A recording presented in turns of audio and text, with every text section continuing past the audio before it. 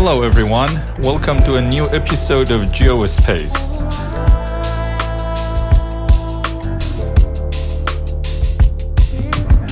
Hello, everyone, and welcome to a new episode of GeoSpace. I'm Mohammed Salih, your host.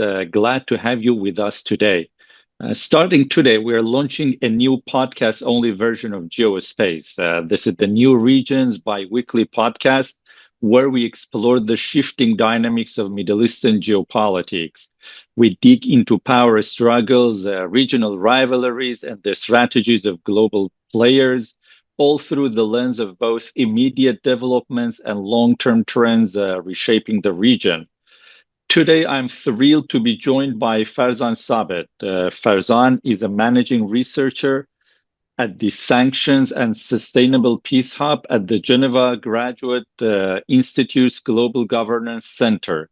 He was previously a researcher with the Middle East WMD Free Zone project at the United Nations Institute for Disarmament Research and a nuclear security postdoctoral fellow at the Stanford University's Center for International Security and Cooperation.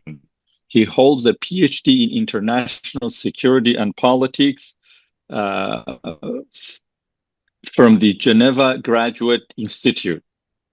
In today's episode, we will unpack the ongoing conflict between Iran and Israel, which entered a new phase on June 12th with Israel's extensive multi-pronged military and intelligence operations. Much of Iran's military infrastructure and some energy sites have come under attack from Israel. Senior military leadership has been taken out by Israel. Over 400 Iranians have died and hundreds are injured so far. In return, Iran has responded by launching several barrages of ballistic missiles into Israel, killing over 20 and injuring hundreds so far. We will look at the deeper context and factors that brought us to this moment and explore where things might go from here. You can find the podcast on the New Regions website under the Watch section, as well as on YouTube and SoundCloud channels. Farzan, welcome to GeoSpace. It's great to have you with us. Thank you very much for having me. Really good to be here. It's a very serious, grave situation we are witnessing in the region at the moment. What do you see the Israeli objective to be in this extensive campaign against Iran? Is it destroying Iran's nuclear program or setting it back by some time, weeks or months perhaps? Or is it regime change or maybe turning Iran into some sort of a manageable failed state that cannot pose much of a threat anymore in the future? Thanks a lot, Mohammed. That's an excellent question. So I think the immediate goals of the operation are to significantly degrade the nuclear program, setting it back by at least a year. From their perspective, they'll seek to do for more, and to also suppress Iran's offensive military capabilities, especially its missile and drone programs, as well as the industry behind those particular capabilities. Again, setting them back significantly, therefore reducing Iran's ability to retaliate both in the short and long term. Of course, they'll be working, from what I understand, in a relatively short operational window. What I think the Israeli leadership, including Prime Minister Benjamin Netanyahu, has said about a kind of a 2 week, and that might have to do with various munitions, fuel, and other logistical constraints, and just being able to maintain a certain operational tempo. So I think also the window for at least the first phase of violence is limited. Alongside the significant degradation setting back of the nuclear and military programs, they'll also seek to kind of assassinate key personnel on the military side of the regime. Given the constraints I think Israel faces, I don't believe that at this phase they'll necessarily move towards regime change. That's not to say it's impossible or that they won't attempt some kind of high-level regime decapitation before ending their campaign, but it's possible that they'll take a pause. And however long that pause is, in the intermediate phase, it goes to something what that you said about kind of failed states. I think they'll potentially try to replicate a model similar to what we've seen in Gaza or Syria. In Syria, it was called Campaign Between Wars, right? And in Gaza, it was called Mowing the Lawn. But to me, it seems like a similar concept, which is we've taken care of the big threats. We have more or less freedom of action, including air superiority in most of the country. And now we can kind of take our time and attack threats as they arise or as we get intelligence. And and over time, this would start to hollow out the state and push it towards state failure. Although that could be quite a long process. Iran has taken some quite heavy blows so far. What do you think constitutes victory for Iran? Is it going to be regime survival or the nuclear program survival, even if in a degraded form? Who knows what victory looks like at this point, right? It's very hard to say. We're still in the first week, and so I think a lot of time will have to elapse before we'll get a sense of the nature of the conflict and thus what victory would look like. My opening thesis, my first draft for the next 3 to 12 months, that's in the short to medium term, is that Iran will not, for the most part, and very likely be able to deter the U.S. or Israel at all. It will be able to resist them. And resistance effectively means surviving and continuing to hold power for the Islamic Republic while it continues to at least symbolically lash out and attack and try to convince its own audience that it is retaliating and responding. Of course, at the end of this process, it'll have to do something which the Ayatollah Ruhollah Khomeini, the first leader of the Islamic Republic, at the end of the Iran-Iraq War, called drinking from the chalice of poison or poison chalice, which is to accept compromises. Of course, this, in their view, kind of the victory version of this, would not be complete capitulation, right? In the Iran-Iraq War, the Islamic Republic and Iran did not completely capitulate. They accepted a ceasefire, which from their perspective was a compromise over the objective of overthrowing the Ba'athist regime of Iraq President Saddam Hussein.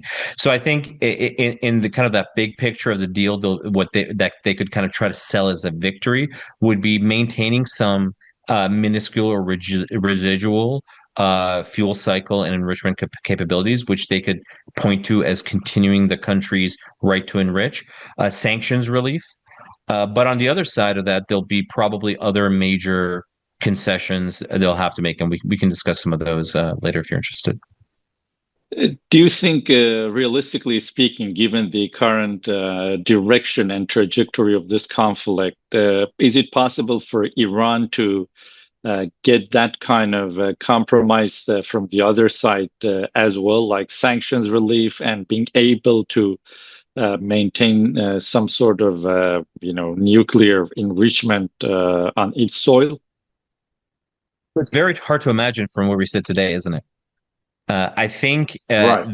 at present, both President Trump and Israel will pursue maximalist goals. If the Islamic Republic decides to capitulate, then I think it really is over for them, right? Both at home in terms of their internal opposition, as well as various factions that oppose within the system that oppose the current leadership, as well as in the region, right? You kind of put up a sign that we're open for business, and weakness and signaling weakness invites challenge. So the real question is: does the Islamic Republic have the resolve and ability to resist and hold on until it gets to a phase in which it's, let's say, sufficiently strong, or it's restabilized its position and can negotiate, not from a position of strength, that seems very difficult to see, but from a better position to today and acquire some of those bottom lines. But like it said, besides the nuclear and sanctions issue, it would require major concessions on other sets of issues, which in my view they probably had to make for a while, but they've been kind of holding off of. So again, the picture from where we sit today after this catastrophic failure of Iranian security that we saw last Friday and kind of on an ongoing basis is very hard to envision. But as you and I have probably lived enough through conflicts in the region where it starts out one way, and the over the course of the conflict, maybe at some point it seems one side is losing, then it's winning, then it loses at the very end, right? So there's a lot of ups and downs, and I think what they will probably try to do is resist until they can get a kind of a amicable, a less humiliating deal. But again, it's very. I completely agree with you that it's very hard to envision how that happens, given the level of pressure on the country, and really given how much the state has been relatively hollowed out, and society has kind of become weakened due to sanctions, due to the repression of the state against large swaths of the population. So there's a real question about whether the state, both internally and within itself, and in relation to the population, can undertake the type of mobilization to do that kind of campaign. It's yeah, it's a big question. I definitely agree that it's too early to consider the Islamic Republic's regime out, and I think the case of Syria provides a good example where in the early stages of the war, it seemed like the Bashar al-Assad's regime was going to be toppled quite soon. But then by the end of 2015, it seemed that it had won somehow. And then in 2024, Yeah, it was overthrown within a couple of yeah, weeks. So, you know, that's right. given that, and also given the fact that we know that Iran is today in a very tough spot, do you think Iran has an interest in expanding this conflict to include at least, its allies and proxies in Iraq and Yemen? Which are right now actually the only two, still standing and somewhat capable proxies slash allies of the Yeah. Islamic Republic. I think so within the narrower campaign that we described, focusing on the nuclear issue and the kind of military capabilities, and in the kind of shorter term operational window, I think it might start to activate those assets and begin kind of grain zone activities around the margins, continuing to escalate as pressure increases, especially if we get, for example, a strike on Fordo. I don't believe that they would activate those forces and kind of mobilize both their own internal capabilities as well as their remaining partners within the axis of resistance who are willing to fight unless the struggle was truly existential. So unless we shift either very soon or in the medium to long term from a campaign focused on degrading nuclear military capabilities and then shifting to like mowing the lawn to a campaign of leadership decapitation and regime change. We have seen so far that the Lebanese Hezbollah, which was, long sort of described as Iran's major regional proxy and the world's most powerful non-state army, we have seen that Hezbollah, has refused to join the operations or the Iranian war campaign against Israel. Do you think that Iran's, proxies and allies in Iraq and Yemen would be willing to take that sort of risk, given the consequences and given the possibility that sort of escalation in Iraq and Yemen and broadening the geographical zone of this conflict on the part of Iran could also very well provide an excuse, a pretext for the U.S. to join the war on Israel's side? Yeah, it's an excellent question. So in the case of Hezbollah, Hezbollah was under the kind of very consistent and brutal hammer of Israel since the 7th of October. It's been fighting for 2 years. And after the very thorough and pervasive regime or group decapitation, leadership decapitation that happened in Hezbollah, if I recall correctly, once they killed Nasrallah, they also assassinated the initial person which was kind of a relative of his who was supposed to replace him. In the case of Lebanese society, Lebanese society also suffered enormously for but first the actions of Hamas and the kind of conflict that triggered, and then the struggle between Hezbollah and Israel as a part of what we might want to call the general Middle East war, right? Since the 7th of October. So I think both within Hezbollah, the elements that are remaining, and I'm not a Hezbollah expert, but from what I've heard, is that also the appetite to intervene on behalf of Iran is gone, partly because Iran also severely limited its own intervention in the conflict when Hezbollah was on the ropes.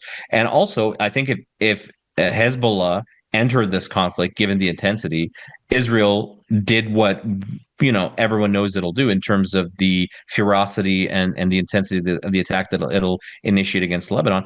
I also don't think Lebanese society has the appetite for that, and the backlash against Hezbollah. I don't know about its base, but at least within Lebanon would be enormous. And maybe that does lead, for example, to the disarmament or dismantlement of the group, given conditions in society and kind of public perceptions. The case of the Islamic resistance in Iraq and the Ansar Allah, the Houthis, is somewhat different. And the Ansar Allah, among these groups, has one of the most highest levels of resolve, as well as its own kind of capability, relatively independent capabilities. And, it would lose a major sponsor and partner, even though it's not an Iranian proxy. I would say it's more of a junior partner, but it would lose a major ally. And so maybe it has a huge incentive to join that campaign. And the same goes for the so-called Islamic resistance in Iraq, which would also lose a major patron. And probably you having a better overview of the region itself would know this better than me. I think it would also significantly affect their status and their place within Iraqi politics. Although I know they also have some of their own separate sources of local support, financing, weapons, and whatnot. So I think the Houthis are the most likely to enter kind of enthusiastically on the side of Iran, and then to a lesser extent the Islamic resistance. Although maybe some groups will be more enthusiastic than others. I think you're absolutely right. With regard to the Iraqi groups in particular, they are facing this very, serious major dilemma at the moment, whereby, any weakening or, hypothetically, even the toppling of the regime in Tehran would be a major blow, a massive blow to the Iraqi Shia armed groups that are aligned or, proxies of Iran. But at the same time, the cost of intervening would be great for them. And the bulk of the Iraqi society, whether, among the Shia community, the Sunni Arab, the Kurds, also, definitely don't want to have Iraq dragged into this conflict. So we will see how, what they will figure out to do in the coming days or weeks. But, let's dive a little back in time into Iran and Israel's relationship. When did Iran become a major enemy or enemy number one for Israel? You know very well that, the relationship used to be very different before the revolution under the Shah. Iran was one of the, two countries in the region alongside Turkey that had some sort of a friendly relationship with Tel Aviv, with Israel. But after the revolution, even though the rhetoric was quite hostile from Iran, at least for the first decade, there wasn't really, any sort of confrontation, at least in a direct sense. And we all remember the Iran Contra affair, right, where Israel was Yeah, basically the link between Iran and the United States in terms of providing Iran with weapons during the war against Iraq. What that's changed? right. What pushed Iran to the top of Israel's enemy list? Yeah, so that's a great question. So I think, a piece of context for this is that even under the Shah, there was a certain level of ambivalence. Certainly, there was a very robust energy trade. There was a diplomatic as well as a security presence within Iran and vice versa. In terms of energy, there's like a specific pipeline. There's also military cooperation. For example, there was something called Project Flower, where they were working on various missile systems as well as other weapon systems with, Iranian facilities and financing and Israeli military expertise and know-how. But even the Shah himself kind of still kept the Israelis at arm's length. And if we look at it in a broader context, of course, the Shah, his regime, the orientation of its foreign policy was quite distinct from that of the Islamic Republic. At the same time, the Shah was also sponsoring Shias in Lebanon at least at a political level. The Shah was also directly militarily intervening in Oman in the Doha rebellion. So, Iran as a state still maintains certain equities. And so there's certain continuities and discontinuities. But of course, in the Islamic Revolution, it was the major turning point and the breaking point of this relationship.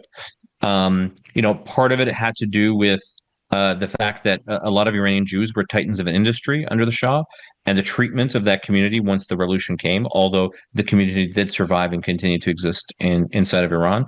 The other element was just the ideological background, right? So obviously the kind of Ayatollah Ruhollah Khomeini and his kind of theory of the Vilayat al-Faqih, or his concept of the Vilayat al-Faqih, the guardianship of the jurist, and Shia political Islam.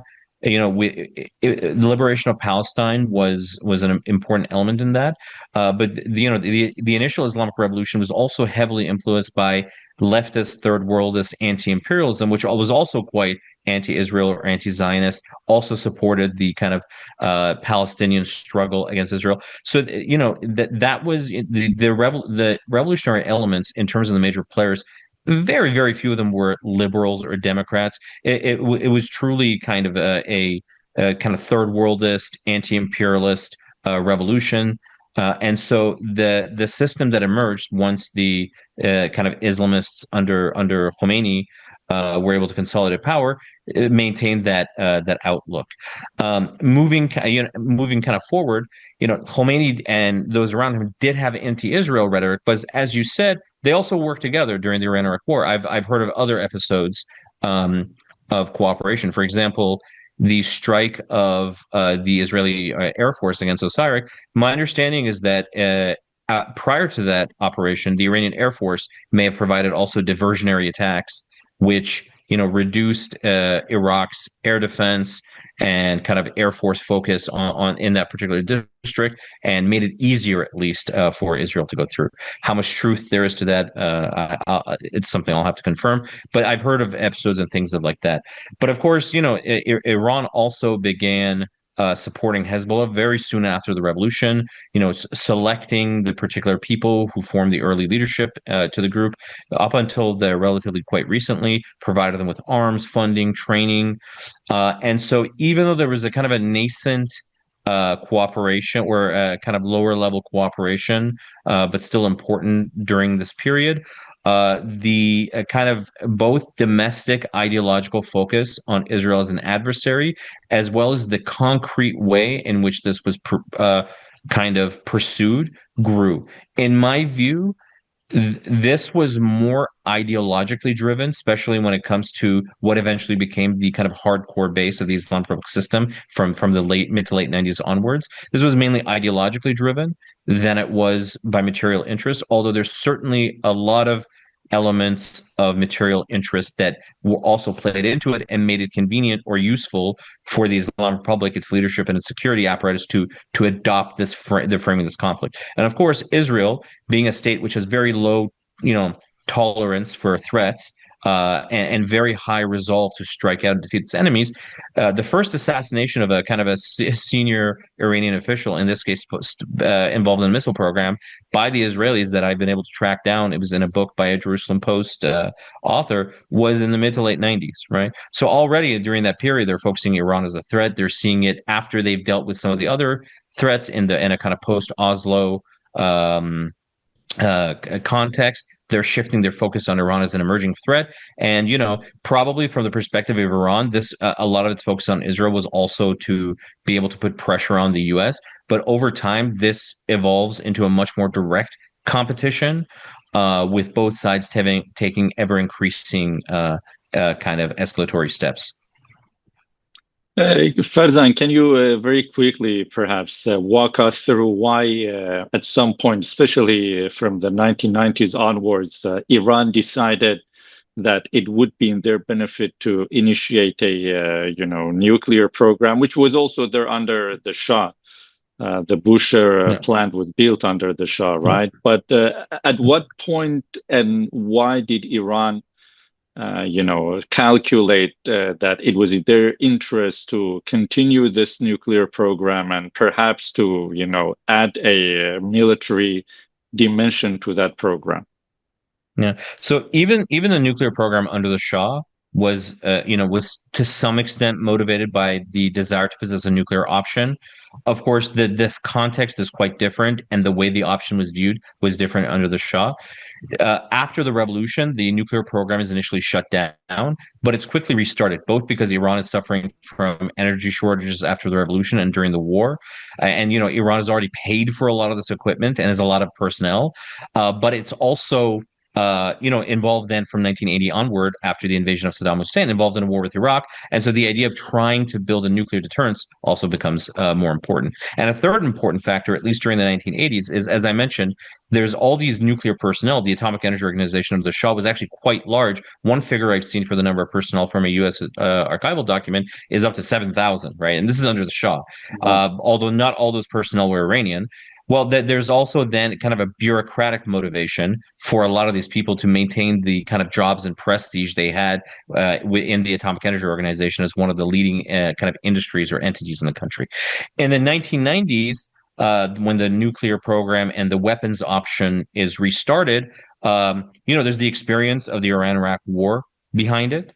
And the idea that if we have another Saddam who tries to invade us, or Saddam himself, right? He's still around, tries to reinitiate the war at some point, or a future Iraqi regime, we have the bomb. The logic really shifts after 9/11 and the U.S. invasion and occupation of Iraq from they still want the option to build a bomb, but they realize the direct or more direct way in which they were pursuing it is no longer viable, and they could be next. So they shift to a much more clandestine program where they still very slowly continue the like weaponization and what we call delivery vehicle elements of it under various covers and at a slower pace. But then they really emphasize on the hardest part of the kind of a weapons option program, which is the nuclear fuel cycle and developing highly enriched uranium. And so both during the 90s, but especially after 9/11, the idea that, of course, this gives us the option to build a bomb is very important, but the Islamic Republic also sees it as a bargaining chip. So maybe we want to have the option to build a bomb, but maybe we don't need to, right? And we can use this as a bargaining chip to try to normalize at least somewhat our status with the United States and the West. Let's get to the U.S. role. A lot of people are, very closely observing and watching the U.S. position, and we have heard sort of opposing statements over the past few days about whether the U.S. will join in this military campaign on the side of Israel or not. So, from your perspective, what is each side, and I mean Israel and Iran, expecting or hoping for with regard to the US's role in this conflict? You know, having before the current war, when I spoke to former U.S. officials about Israel's kind of option to strike at Iran's nuclear program, they viewed Israel alone as not being able to get the job done, and so they saw the initiation of any conflict by Israel as a process which would attempt to inevitably draw in the United States to finish the job. So Israel could start the job, it could do a lot of the heavy lifting, but to finish the job, especially striking heavily buried facilities like the one at Fordo, as well as more recently one that's being constructed, although as far as I'm aware, it hasn't gone online at Natanz, the kind of older facility. It needs the U.S. to come in and do that through a strike with bunker busters. I've heard that an Israeli commando raid is also an option, and I think probably just in case they couldn't convince the U.S. to do it, that option is being kept in reserve. I don't see how you start this war without having some kind of contingency for finishing the job because it's highly dangerous, right? You've provoked the other side and pushed it potentially towards making the decision to build a bomb. But on the other hand, you didn't finish the job and you've left a lot of its nuclear capacity intact. So I think that when this war is triggered, uh, attempting to bring in the U.S. was an overriding prerogative.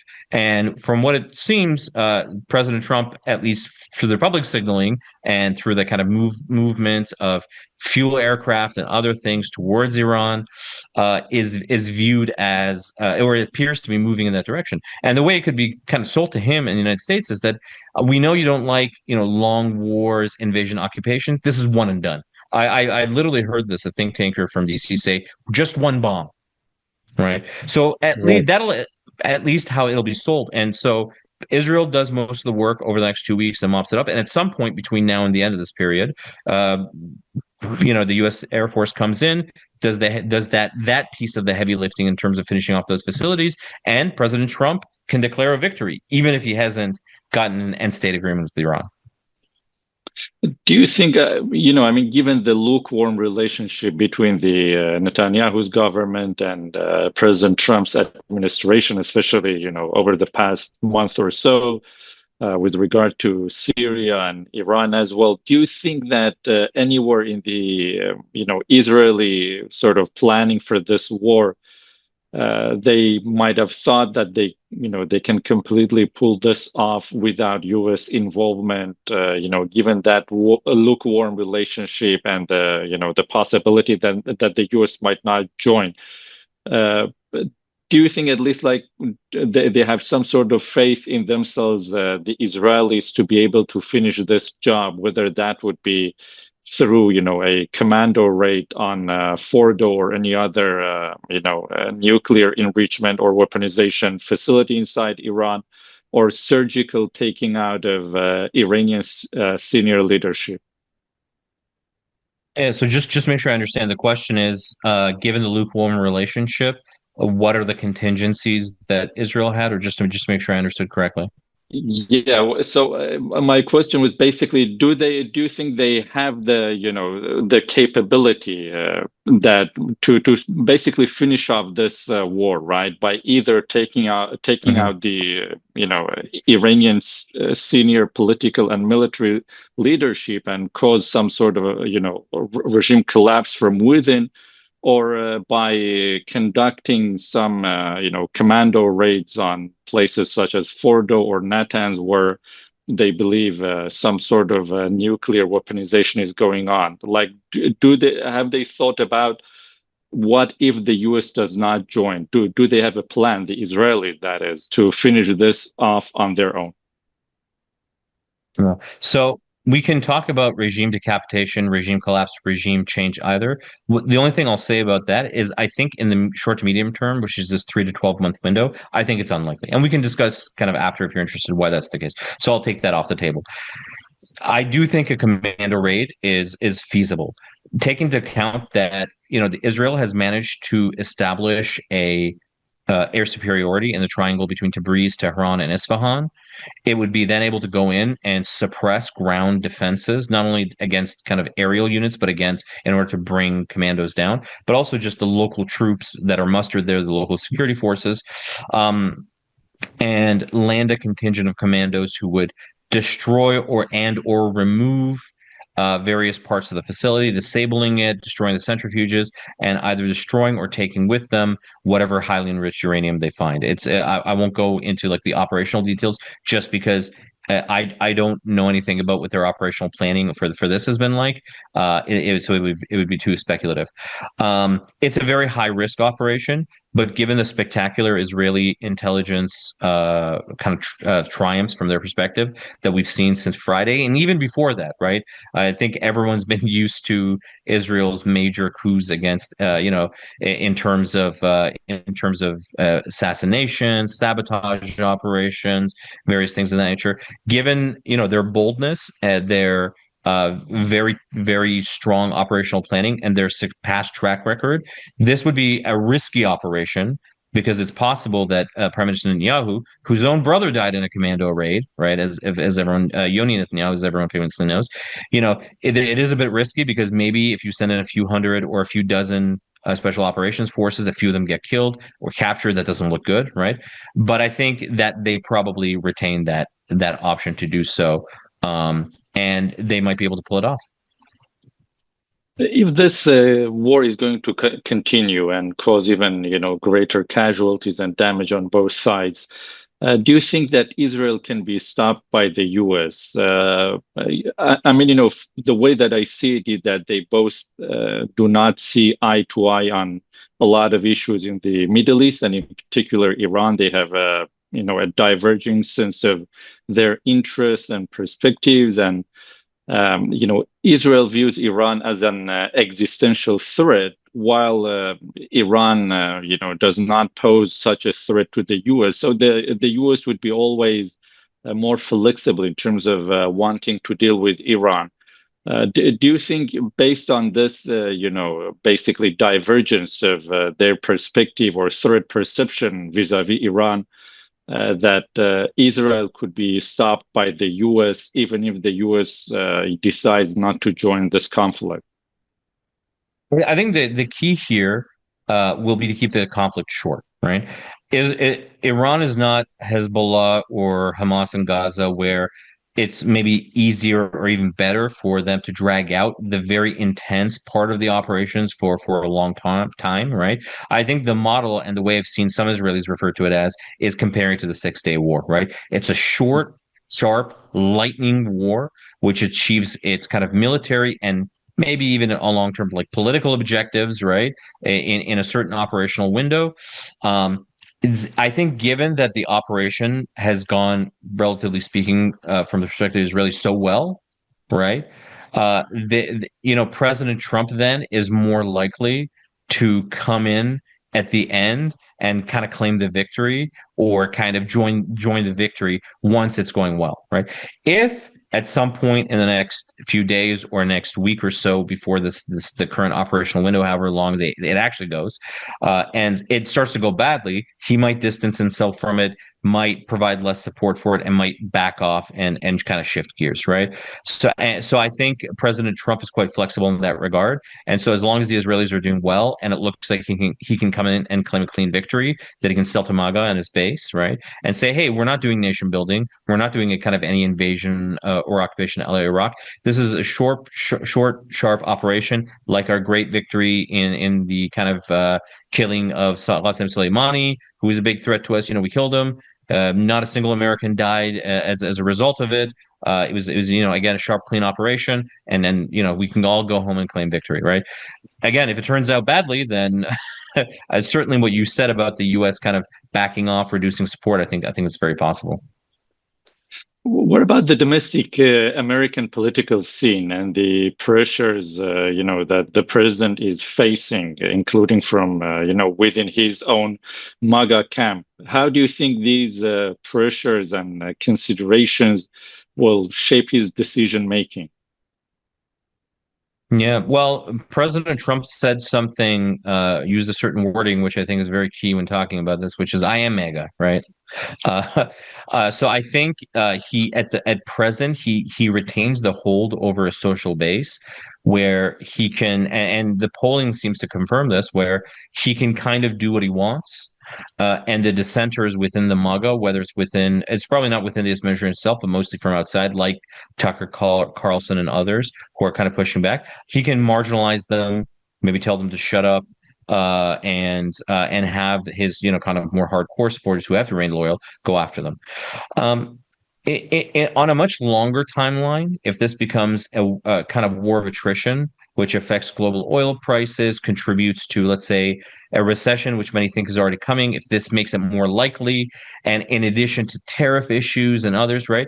If there's this confluence of factors which weakens him as a figure and thus his hold on his own base, who will be disappointed by kind of the trajectory of things.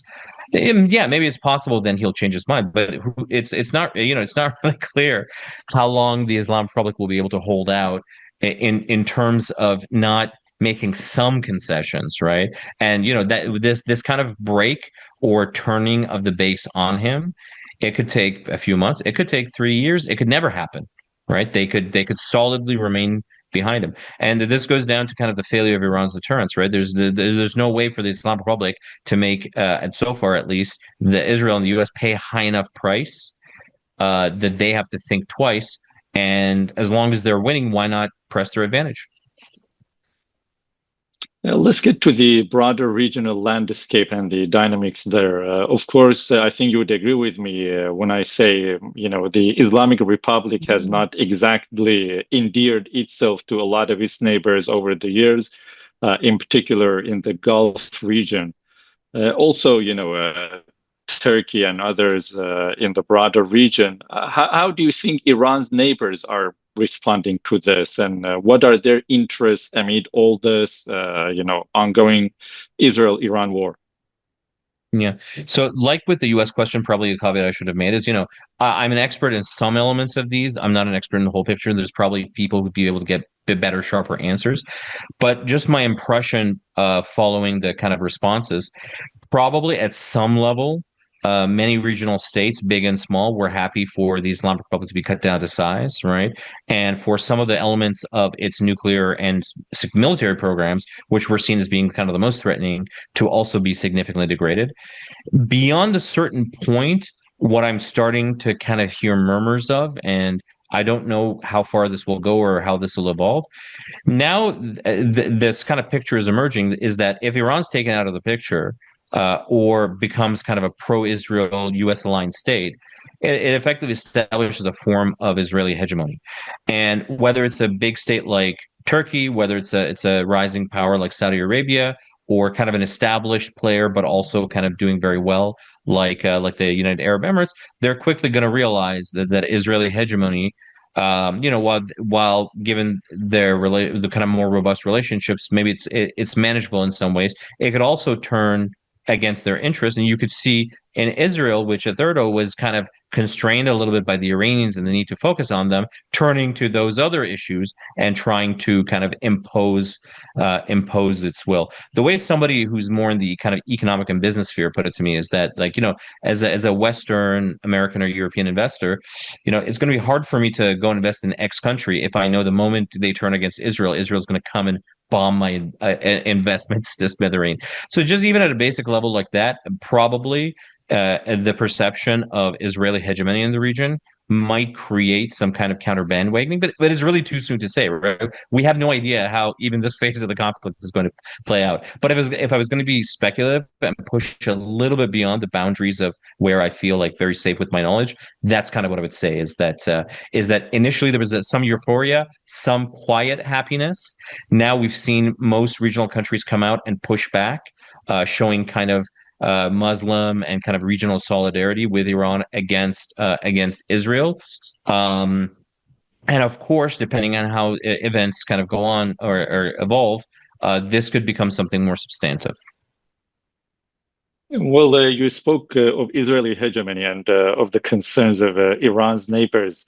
We have especially seen Turkey to be quite outspoken about this. Do you think that whether it is Turkey or the Gulf states in the region, they have a perception that Israel, behind all this, the military campaign against Iran, its prior campaign in Syria, of course, is still ongoing even after the regime change in Syria, the campaign in Lebanon and in Gaza, that Israel is trying to basically, establish or reconfigure the regional order in a way that it would be the dominant, the hegemonic power, and that they're not happy with this prospect of Israel getting or gaining the upper hand. Turkey, in particular, seems to be very concerned to be, somehow the next target in what they think, is a chain of Israeli operation that will not stop with Iran. And we had Erdogan's coalition partner, Devlet Bahçeli, say this a few days ago that Turkey was the main target of Israel, and that after Israel had settled, the Iranian conflict, it would get to Turkey at some point. Do you think these concerns and perceptions are valid or exaggerated? I think they could be valid, right? Because again, Israel was focused on a single threat for so many years. That threat is removed.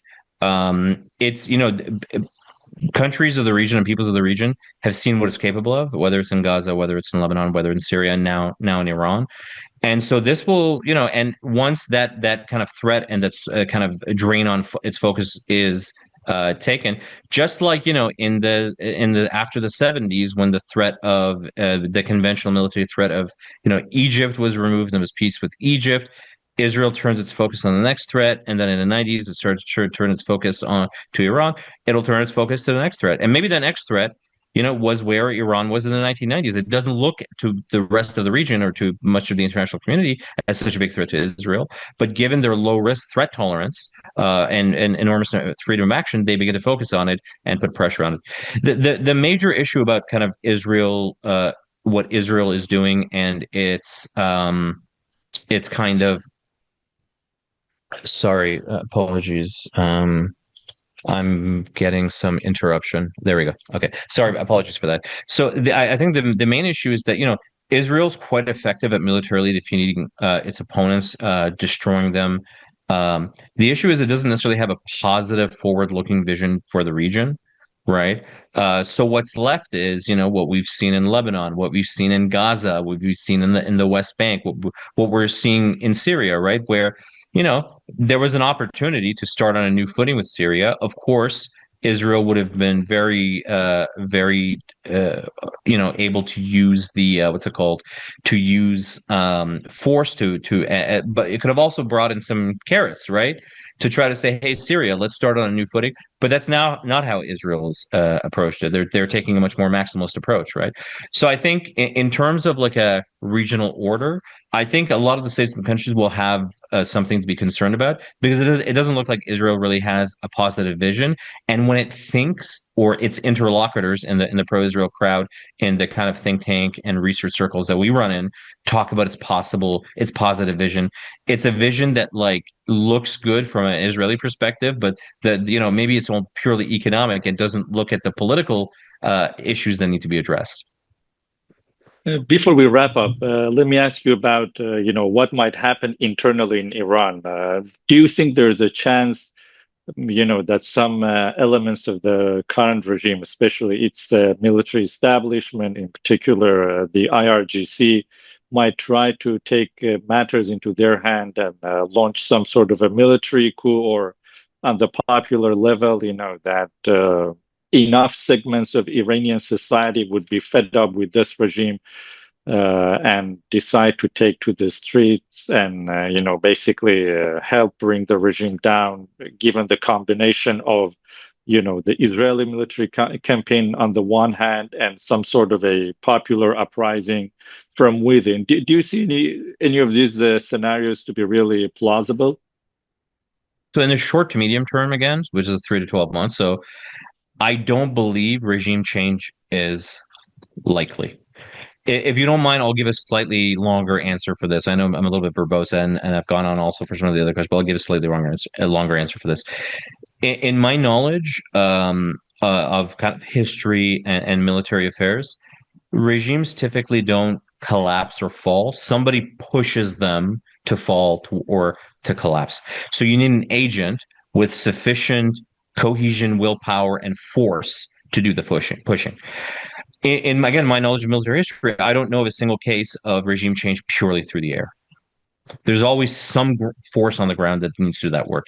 And we know that probably one of President Trump's red lines is invasion and occupation, which is what would be required for regime change, a la Iraq. I think that's also off the table. It would, even if it's not an operation on the scale of Iraq, it would still require large numbers of troops. And remember, Iraq was kind of much smaller, less population, less robust state and military after X numbers of years of sanctions and bombing and whatnot.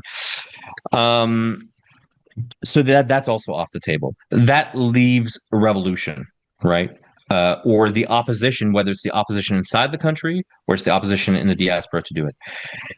The opposition inside the country, to the extent that it's organized and armed, is on the peripheries on the country. In Iran, as a state and as a society, there's really a core periphery dynamic. So the core are mainly Persian and Azerbaijani speaking. So that's, even though if they are ethnically, like for example, my ancestors were not ethnically Persian. I don't even know what an ethnic Persian is per se, right? Because you'll see people who are quote unquote ethnic Persians who are black or Asian looking or blue eyed and blonde haired, right? Just like we have in the rest of the region. So ethnically, my family is not necessarily Persian per se, or for the most part, anyways. But in the core of the country, the urbanized industrial economic core is Azerbaijani and Persian speaking. These groups are kind of work hand in hand, and the Azerbaijanis form a huge percentage of the elite inside of Iran, and obviously the Persian speakers as well, right?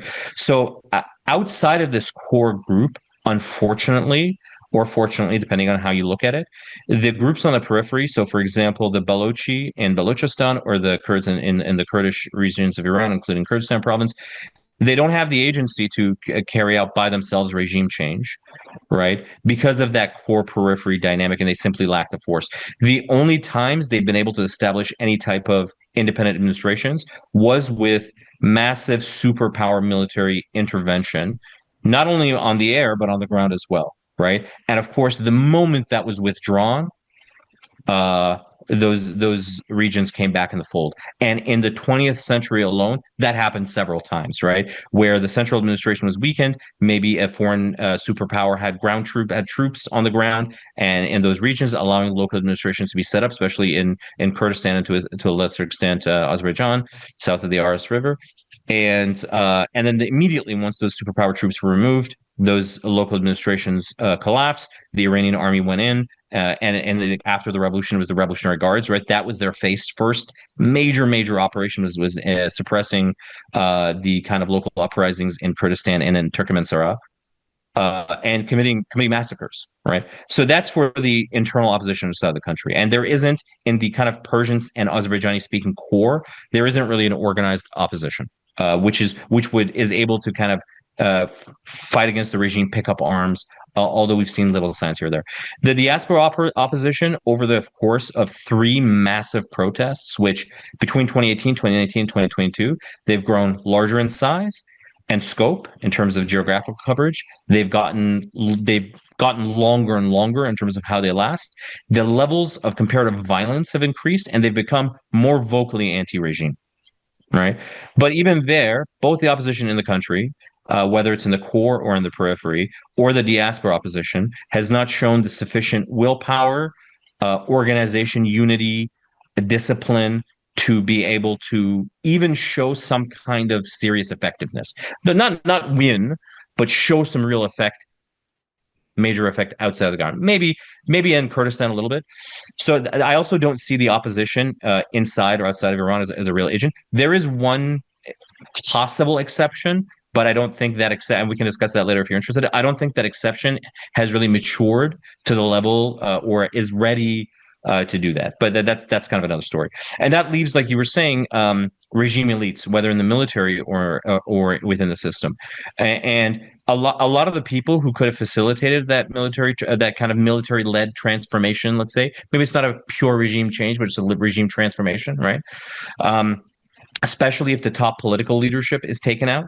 Well, a lot of those people have been assassinated. Two particular names that come to mind is Qasem Soleimani, right, who had the charisma and influence within the armed forces and the kind of political popularity in a segment of the population to do that. And then within the armed forces, the person who was probably potentially a vehicle for that was Mohammed Bagheri, the chief of staff of the armed forces, right? And other people, people will disagree with me on some of the other candidates. Some will have had more, but a lot of the top level people who could have done that were killed. Yeah.